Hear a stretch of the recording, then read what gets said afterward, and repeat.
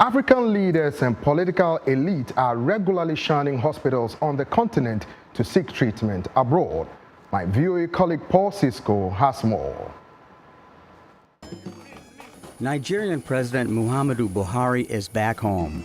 Throngs of cheering people lined the streets in Abuja, Nigeria over the weekend, welcoming their president home. The president has spent much of 2017 in Britain, receiving treatment for an undisclosed illness. President Buhari arrived in the capital Saturday from London, where he had spent more than 100 days there under medical care.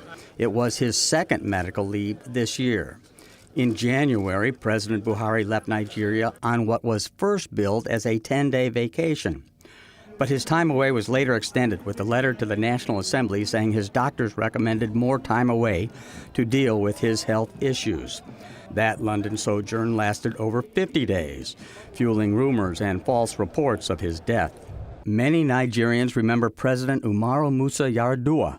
He was declared president in a controversial election in 2007. Yar'Adua left Nigeria in November 2009, reportedly to receive medical treatment in Saudi Arabia, and was never seen in public again. Muhammadu Buhari is not alone when it comes to African leaders opting for foreign medical care.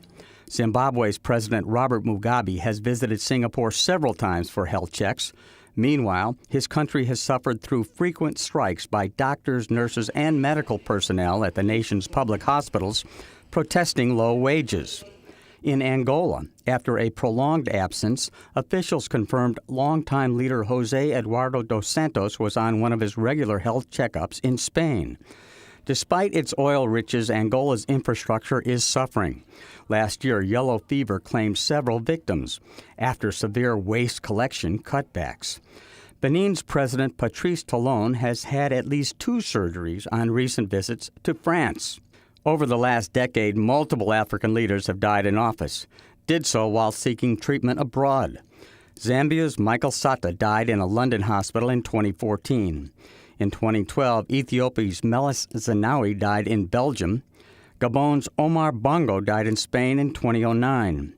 President Malam Bakai Sanya from Guinea-Bissau died in France in 2012. Levi Manawasa from Zambia passed away in France in 2008.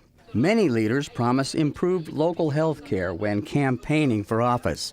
Clearly, the expense of their entourage and travel for better, more expensive treatment in Europe or elsewhere might better be used to improve medical treatment at home. The United Nations World Health Organization says Africa has the world's second worst health care shortage, a shortage in excess of 4.2 million health care workers.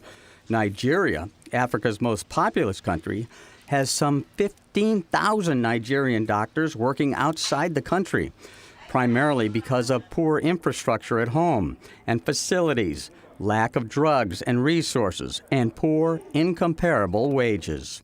I am very grateful to God and to all Nigerians for their prayers.